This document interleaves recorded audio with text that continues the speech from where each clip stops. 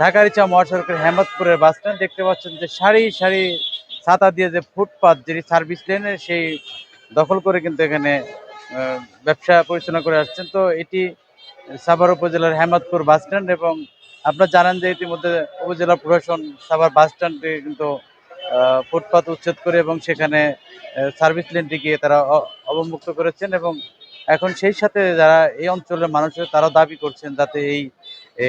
উম, হেমাদপুরে যে এই সার্ভিস লেনটি এটি কবে অবমুক্ত করা হবে। আমি আপনাদের দেখাতে চাচ্ছি যে সার্ভিস লেনের কিন্তু একেবারেই পুরনো অবস্থায় অল্প একটু জায়গা আছে এবং সেটি মহাসড়কের যে ডান দিকে যে ছাতা দিয়ে কিন্তু তারা একটি ব্যবসা পরিচালনা করছেন এবং এই ফুটপাত উচ্ছেদ হলে কিন্তু দীর্ঘদিন কিন্তু এই মহাসড়কের যে সার্ভিস লেনটি যান ধরে পড়ে থাকে সেটি কিন্তু সচল হবে, সেটি চালকরা বলেছেন। তো সেটি আপনাদের একটু দেখাতে চেষ্টা করবো যে আসলে কি অবস্থায় রয়েছেন এই সার্ভিস লেনের ঢাকা থেকে আরিচাগামী যে লেনটি সেটি এবং সেখান থেকে কিন্তু একটি গুরুত্বপূর্ণ সংযোগ সড়ক শুরু হয়েছে যেটি এই মানিকগঞ্জ সরাসরি গেছে এবং সেই সড়কের পাশে কিন্তু এই দেখতে পাচ্ছেন এখানে কিন্তু অসংখ্য দোকান, এই দোকান দেখতে পাচ্ছেন যেটি আরেকটি অংশ যেটি মানিকগঞ্জ চলে গেছে যেটি সিঙ্গার হয়ে, সেখানে কিন্তু একেবারে যেটি ইউটার্ন রয়েছে সেখানে কিন্তু আহ, যেটি রেন্টেকারের ব্যবসা সেটিও পরিচালিত হচ্ছে। আসলে মহাসড়কের এই সার্ভিস লেনে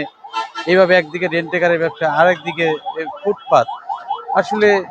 তাহলে বুঝতে পারছেন যে এই সড়কটি কতটা প্রশস্ত থাকে বা এখানে যান চলাচল কতটা স্বাভাবিক থাকে, সেগুলো আমি আপনাদের একটু দেখাতে চেষ্টা করছি। এটি কিন্তু ঢাকাগামী যে সার্ভিস লেন সেটি দেখতে পাচ্ছেন এখানে কিন্তু পাশেই কিন্তু যে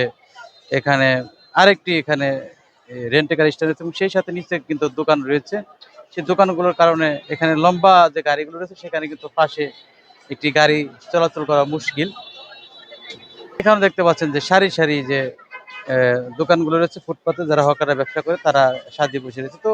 এগুলো আপনাদের দেখার চেষ্টা করলাম যে সাভারের মতো যাতে হেমাদপুরের এই সার্ভিস লেনটি অবমুক্ত করা এমনটি দাবি জানিয়েছেন স্থানীয়রা।